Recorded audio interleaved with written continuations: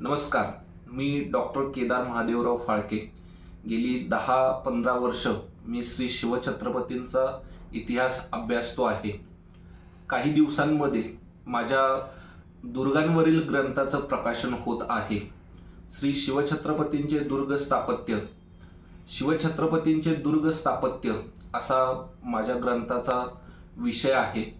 आणि हे जे दुर्ग आहेत, या दुर्गांचं वैशिष्ट्य, त्यांची बांधणी, जागेची निवड, दुर्ग बांधणीकरिता आवश्यक असणारे साहित्य, या दुर्गांच्या सहाय्याने बलाढ्य शत्रूच्या विरोधात दिलेला लढा आणि राज्य निर्मिती झाल्यानंतर त्या राज्याचं साम्राज्यात झालेलं रूपांतर, दुर्गांचं वैभव, अशा वेगवेगळ्या पैलूंचा मी या ग्रंथामध्ये आढावा घेतलेला आहे. आपल्याकडे रामायण महाभारतापासून दुर्गांचे उल्लेख मिळतात. 1750 पर्यंत महाराष्ट्रात दुर्ग बांधणी चालू होती. या दुर्गांशी विशेष नाव जोडलं गेलं ते शिवाजी महाराजांचं. शिवाजी महाराजांनी वयाच्या 15व्या-16व्या वर्षापासून ते अगदी वयाच्या 49व्या वर्षापर्यंत, म्हणजे त्यांच्या मृत्यूच्या केवळ काही महिने अगोदरपर्यंत दुर्ग बांधणी केल्याचं आपल्याला दिसून येतं. तोरण्यापासून सुरू झालेला हा प्रवास खांदेरीपर्यंत अव्याहतपणे चालला होता.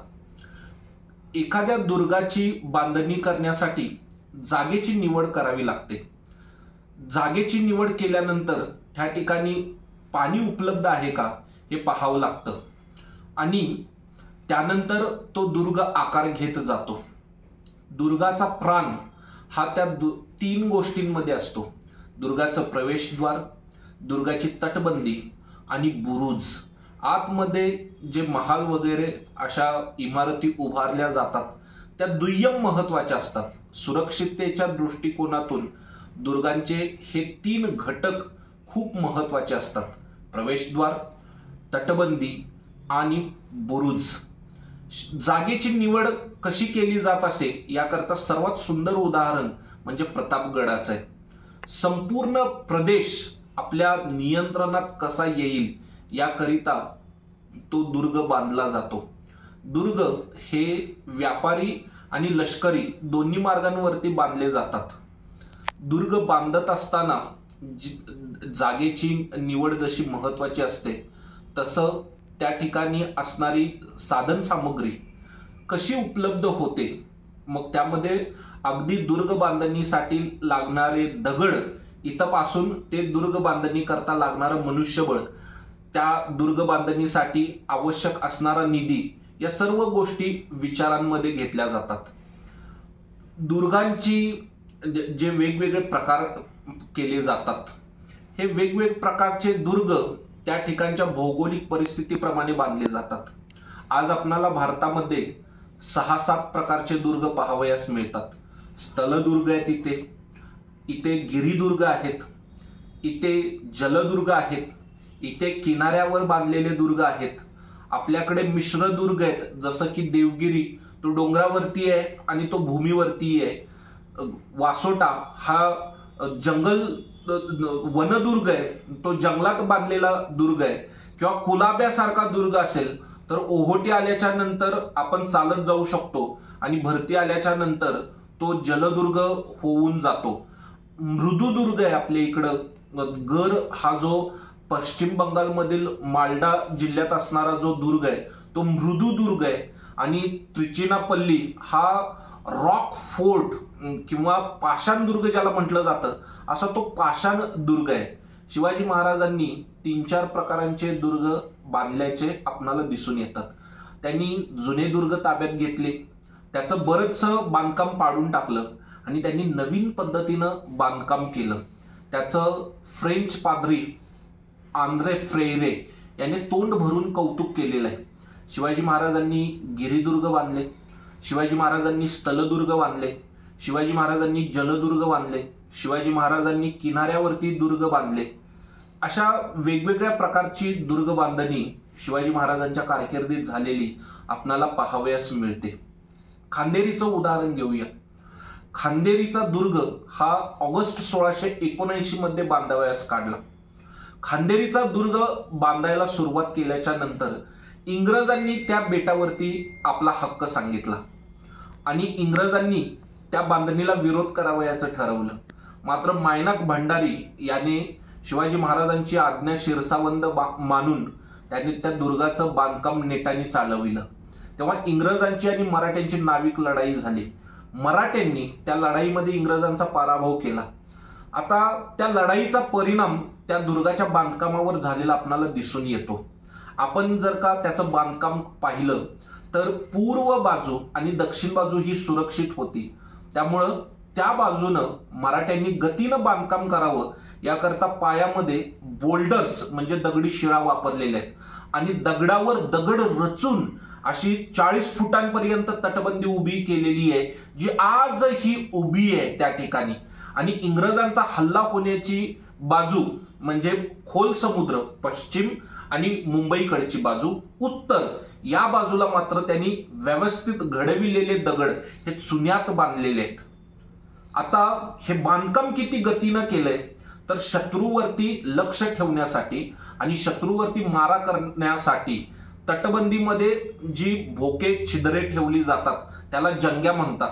आणि ह्या जंग्या एक सरळ असतात ज्याच्याकडून ज्यामुळे आपण शत्रूवरती लक्ष ठेवू शकतो आणि डाऊनवर्ड स्लोपिंग तिरक्या उतरत गेलेल्या असतात ज्याच्यातून शत्रूवरती मारा केला जातो. तटबंदीत जंगी ठेवायची तर तेवढ्या अचूकतेनं बांधकाम करावयास हवं आणि तेवढ्या अचूकतेनं बांधकाम करावयाचं तर त्यामध्ये वेळ देखील खर्च होणार. म्हणून आपणाला खांदेरीच्या तटबंदीमध्ये जंग्या ठेवल्याचं पाहायला मिळत नाही. पद्मदुर्गचं आपण उदाहरण घेतलं तर पद्मदुर्गचं आपण उदाहरण असं आहे की जंजिरेकर सिद्ध्याचा हल्ला ज्या दिशेने होणार आहे ती बाजू म्हणजे दक्षिण, मुख्यतः समुद्रातली बाजू म्हणजे काहीशी नैऋत्येकडची बाजू, तर त्या ठिकाणी तो हल्ला परतवून लावण्यासाठी जादाची मोठी तटबंदी त्या ठिकाणी शिवाजी महाराजांनी बांधलेली आहे आणि ती मुख्य दुर्गापासून थोडीशी पुढच्या बाजूला समुद्रात त्यांनी बांधलेली आहे. विजयदुर्गाचं सुंदर उदाहरण आहे. पश्चिमेच्या दिशेला समुद्रातल्या बाजूला एक बुरुज विशेष पुढं घेतलेला आहे आणि त्या ठिकाणी ज्या जंग्या ठेवलेल्या आहेत त्यांची संख्या एकूण 29 आहे. ह्या जंग्या 29 ज्या आहेत त्या 2 जंग्यांच्या मध्ये भरपूर जागा आहे. म्हणजे एका जंगीवरती एकच सैनिक आपणाला डेप्यूट करावा लागेल. 2 जंग्यांच्या मध्ये एवढी जागा आहे की एकच सैनिक 2 जंग्यांमधून शत्रूवरती लक्ष ठेवू शकणार नाही किंवा मारा करू शकणार नाही. याच्यावरून आपण असा अनुमान लावू शकतो की आपणाला त्या बुरुजावरती तटबंदीच्या रक्षणासाठी त्या दुर्गाच्या रक्षणासाठी किमान 29 सैनिक त्या ठिकाणी डेप्यूट करावे लागतील. आवाका कसा दिसतो, केवढा प्रदेश आपल्या दृष्टिक्षेपात येतो, या सगळ्या गोष्टी आपणाला त्या बुरुजामुळे ध्यानात येतात. सिंधुदुर्ग सारखा जलदुर्ग शिवाजी महाराजांनी उभारला. सिंधुदुर्गचे जे प्रवेशद्वार आहे शिवाजी महाराजांनी प्रवेशद्वारांमध्ये काही बदल घडवून आणले. पूर्वी भारतात तोफा येण्यापूर्वी प्रवेशद्वार लपविण्याची विशेष आवश्यकता नव्हती. मात्र तोफा भारतात आल्यानंतर प्रामुख्याने विशेषत्वाने ही प्रवेशद्वार लपविणं आवश्यक होऊन बसलं. त्यामुळे त्या प्रवेशद्वारांपुढे वक्राकार भिंती बांधल्या जात, त्याला बार्बिकन असं म्हणत. आणि ही बार्बिकन म्हणजे द्वार संरक्षके त्या तोफांच्या माऱ्यापासून प्रवेशद्वाराचं रक्षण करीत असत. सिंधुदुर्ग इतरही ठिकाणी मी अशा प्रवेशद्वारांची काही उदाहरणं सांगतो. सिंधुदुर्गचे जे प्रवेशद्वार बांधलेलं आहे त्या प्रवेशद्वाराच्या दोन्ही बाजूला बुरुज आहेत. याच्यातला एक बुरुज अंतर्वक्र आहे आणि दुसरा बुरुज बहिर्वक्र आहे. जो बुरुज अंतर्वक्र केलेला आहे तिथून ती वाट आपणाला दुर्गात घेऊन जाते आणि जो बहिर्वक्र केलेला बुरुज आहे तो बाहेर आलेला जो पोर्शन आहे तो पोर्शन समोरून शत्रूने प्रवेशद्वारावरती मारा केला तर तो बुरुज तो मारा अडवून धरतो. म्हणजे बहिर्वक्र बुरुज तोफांपासून त्या प्रवेशद्वाराचं रक्षण करतो. एक बुरुज अंतर्वक्र, एक बुरुज बहिर्वक्र, हीच रचना आपणाला रायगडाच्या मुख्य प्रवेशद्वारामध्ये पाहावयास मिळते. आणि वायव्येकडून आपण आत गेल्याच्या नंतर रायगडाचं मुख्य प्रवेशद्वार हे पूर्वेला तोंड करू नये. त्याच्यातला एक बुरुज अंतर्वक्र आहे, दुसरा बुरुज बहिर्वक्र आहे. आणि जो बहिर्वक्र बुरुज आहे तो बुरुज त्या प्रवेशद्वाराचं अशा पद्धतीचा जर का त्या द्वारावरती मारा झाला तर रक्षण करत असतो. सिंधुदुर्गचं अजून एक वैशिष्ट्य सांगतो. सिंधुदुर्ग बांधत असताना तटबंदी जी बांधली जाते ती तटबंदी बांधत असताना काहीसा दगड, तो खडक, दगड नाही खडक, विचित्र पद्धतीनं पुढे गेलेला आहे आणि तेवढ्याच ठिकाणी ती तटबंदी कर्व करून घेणं त्यांना गैरसोयीचं झालेलं आहे. म्हणून तटबंदी व्यवस्थित एका रेषेत नसेल तरी वाकडी तिकडे मात्र तिथून ती बांधत नेलेली आहे. आणि जो बाहेर आलेला दगड आहे तो जर का रिकामा तसाच सोडून दिला तर शत्रू त्याचा गैरउपयोग करू शकतो. म्हणून तो दगड तसाच सोडू न देता त्याच्यावरती त्यांनी बुरुज बांधून ती जागा आपल्या नियंत्रणात आणलेली आहे. विजयदुर्गाला 1755-56 मध्ये इंग्रजांनी जो हल्ला चढविला त्यांचा एकही तोफ गोळा विजयदुर्गाच्या प्रवेशद्वारापर्यंत जाऊन पोहोचला नाही. अशा पद्धतीनं ते प्रवेशद्वार उभारलेलं आहे आणि ती तटबंदी ती वक्राकार करून ते प्रवेशद्वार सुरक्षित केलेलं आहे. प्रतापगडाची जी माची आहे, आपण भवानी मातेच्या मंदिरासमोर उभा राहिलो की ती माची संपूर्ण आपल्या दृष्टिक्षेपात येते तेव्हा ते प्रवेशद्वार लपविल्याचं आपल्या ध्यानात येतं. आणि पूर्ण अर्धगोलाकार वळण घेऊन जेव्हा आपण आतमध्ये जातो तेव्हा त्या प्रवेशद्वारातून प्रवेश करतो. मात्र ते प्रवेशद्वार दिसू नये याच्याकरिता दक्षिणेला तो अर्धगोलाकार बुरुज थोडासा पुढे आणलेला आहे जेणेकरून शत्रूला ते प्रवेशद्वार दिसू नये. आणि दक्षिणेकडच्या बाजूला जर का तोफ लावली तर तोफेचा गोळा त्या प्रवेशद्वारापर्यंत पोहोचू नये. रायगडाचा जो वाघ दरवाजा आहे पूर्वेकडे असणारा, तो वाघ दरवाजा नकळत ईशान्येकडे तोंड करू नये. आणि दरवाजाच्या समोर डोंगराची रांग अशी जाते त्यामुळे समोरून कोणी तोफ लावण्याचा आणि त्या प्रवेशद्वारावरती डागण्याचा प्रश्नच नाही. मात्र दक्षिणेकडच्या बाजूने लांब कोणीतरी तोफ उभी केली आणि ती तोफ डागली तर तो तोफेचा गोळा ह्या द्वारापर्यंत येऊ शकतो. म्हणून ते प्रवेशद्वार खालतून दिसू नये तसंच तोफेच्या माऱ्याच्या टप्प्यात येऊ नये म्हणून आवश्यक तेवढा पोर्शन कव्हर करण्यासाठी दक्षिण बाजूला अर्धगोलाकार बुरुज बांधलेला आहे. त्याचा अजून एक वैशिष्ट्य सांगतो. ही जी तटबंदी आहे रायगडाची त्या वाघ दरवाजाच्या उत्तर बाजूनी ती तटबंदी जी पुढे धावत जाते. काही अंतर गेल्याच्या नंतर 15-20 फुटांचा तिथे सांडवा ठेवलेला आहे. त्याचं कारण आहे जगदीश्वर मंदिराकडून डोंगराची घळ तयार झालेली आहे आणि ती घळ जशी उतरत येते तसं पावसाचं पाणी वेगाने त्याच्यातून वाहत येतं. ती तटबंदी त्यांनी पूर्ण बांधली असती तर ते पाणी त्या संपूर्ण तटबंदीवरती येऊन आदळलं असतं आणि त्या तटबंदीला धोका निर्माण झाला असता. म्हणून त्यांनी त्या तटबंदीमध्ये 15-20 फुटांचा आवश्यक तेवढा सांडवा ठेवलेला आहे ज्याच्यातून ते पाणी पुढे निघून जातं आणि त्याच्यामुळं तटबंदीला कोणताही धोका निर्माण होत नाही. आपण राजगडाचं उदाहरण घेतलं. राजगडाचं अत्यंत सुंदर उदाहरण आहे. शिवाजी महाराजांनी वयाच्या 16व्या वर्षी राजगड बांधायला काढला. राजगडाचा जो पहिला पाली दरवाजा आहे तो पूर्वेकडे तोंड करू नये आणि त्या दरवाजाच्या समोर डोंगर आहे, पूर्ण डोंगर आहे.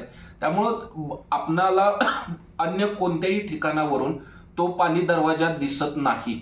पाली दरवाजाच्या मागच्या बाजूला अर्धगोलाकार बुरुज बांधलेला आहे आणि त्या बुरुजाच्या खाली 15-20 फूट 25 फूट पूर्ण दगड तासून त्याचा एक प्रकारे कातळ तयार केलेला आहे जेणेकरून कोणीही शत्रू सैनिक ते अंतर चढून वरती येऊ नये. त्यामुळे पाठीमागं अर्धगोलाकार बांधलेला बुरुज हा तोफेपासून त्या दरवाजाचं रक्षण करतो. एक तर पहिली गोष्ट म्हणजे तो दरवाजा कुठं आहे हेच समजत नाही आणि जरी कोणी तोफा लावल्याच तर ते बांधकाम त्या दरवाजाचं रक्षण करतं. दुसरा पाली दरवाजाचं देखील आपण उदाहरण घेतलं तर तो दरवाजाच्या दोन्ही दिशांना भरपूर अंतर पुढे आलेले असे 2 अर्धगोलाकार बुरुज आहेत.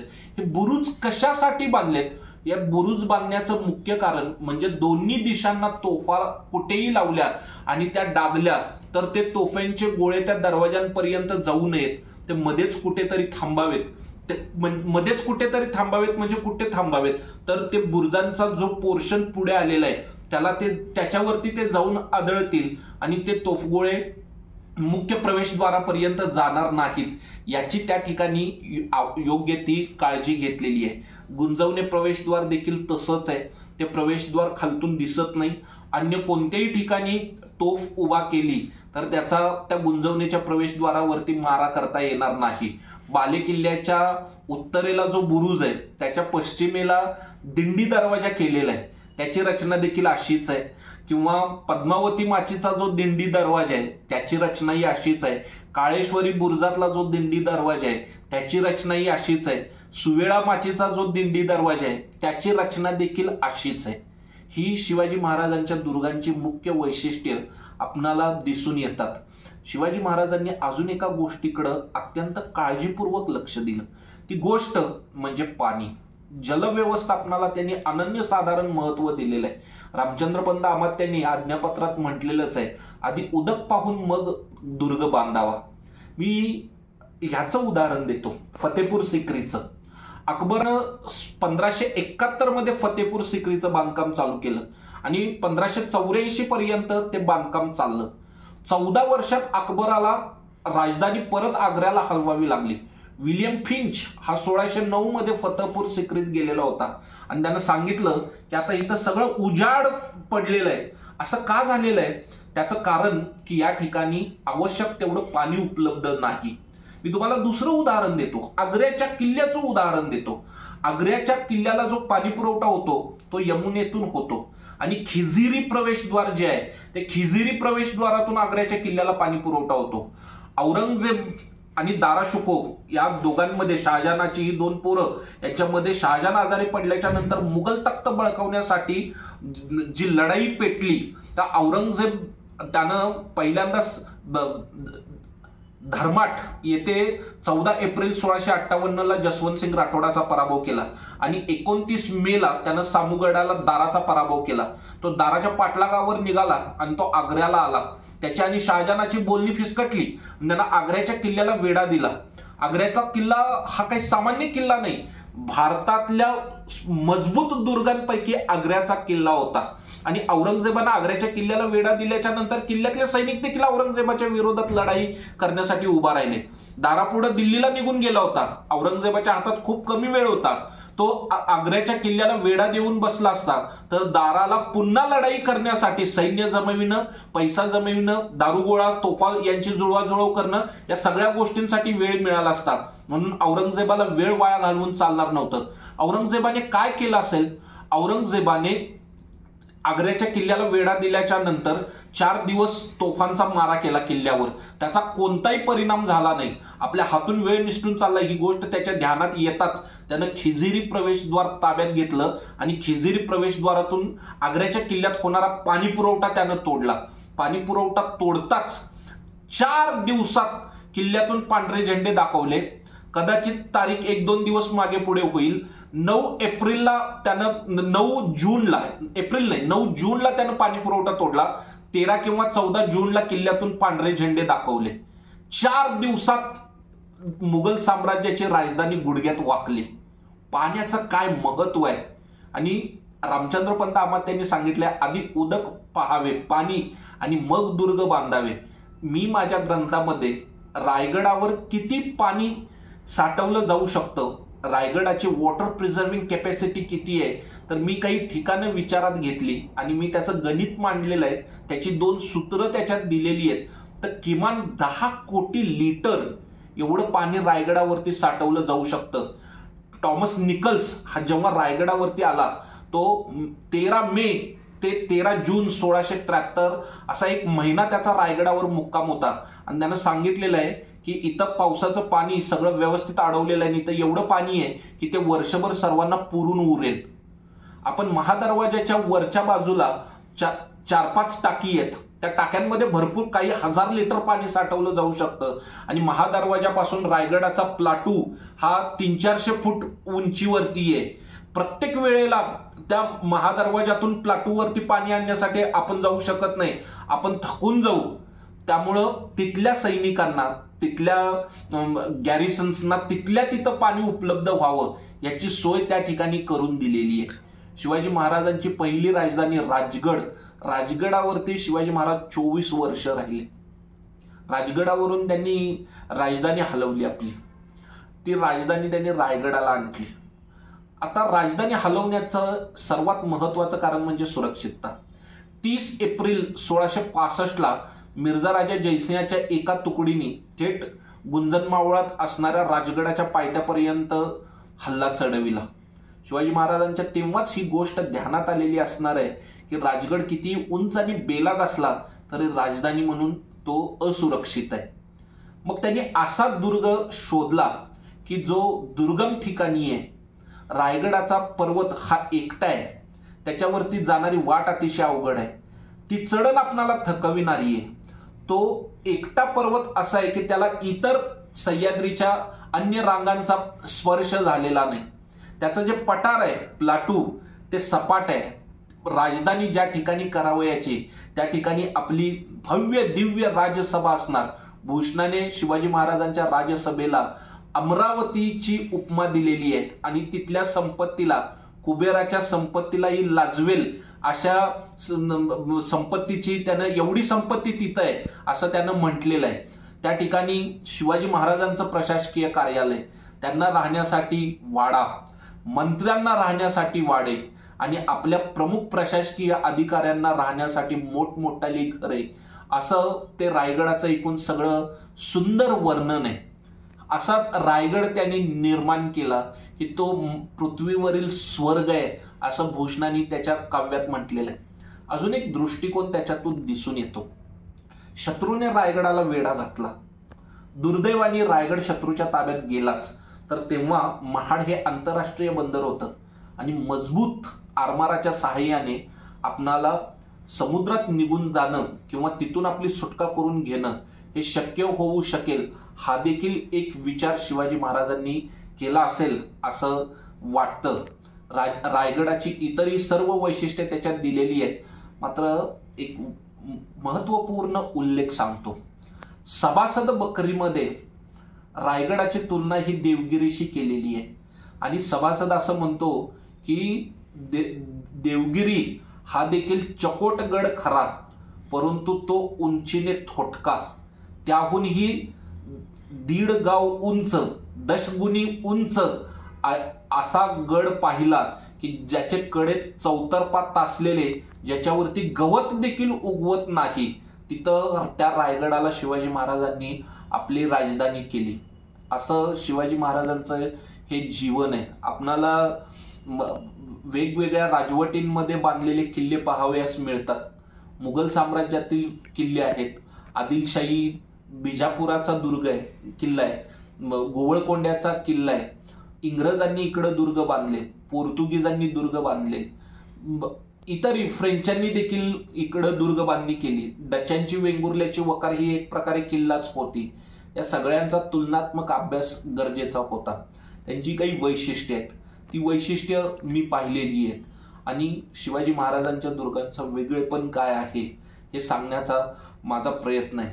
जेवढे नकाशे मला करता येतील तेवढे नकाशे देखील मी त्याच्यात केलेले आहेत, ज्यामुळं लोकांना त्याचं परिपूर्ण दृश्य ध्यानात येऊ शकेल. हे सर्व दुर्ग आज आपण टिकविले पाहिजेत. कालोगात ते नष्ट होऊन जाऊ नयेत याची काळजी आपण घेतली पाहिजे. जगाने वारसाचं जतन कसं करावं याची वेगवेगळ्या उदाहरणं आपल्या कृतीतून वेगवेगळी उदाहरणं घालून दिलेली आहेत.